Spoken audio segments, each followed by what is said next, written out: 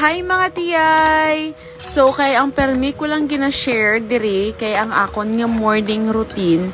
Subong, ipakita ko sa inyo kung ano usually nga ginahimo ko pagkatapos ko mag-ubra or may break time ko sa ubra ko. Which is, manghugas sang mga ginkanan. Charis lang, pero balaan nyo, before ko nag 100% decision nga magbalhin ko diri, dalawa ginang gin-imagine ko.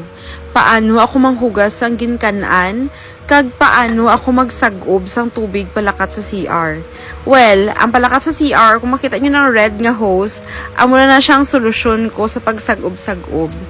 Pero ang pagpanghugas ng pinggan, wala gid ako sang choice kundi himuon ko gid siya diri sa may bomba.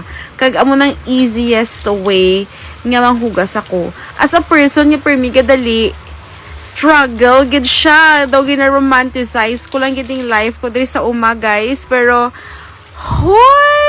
my goodness, it's not easy. Basi pa lang may mag-donate sang pangpahimo sang CR kag sang lababo, no, chari. Pero anyway, mga tiyay, no, grabe gid kamo ka perfect sa inyo nga support sa ako yung mga previous videos, no. So laban lang gid ta. Please like and share.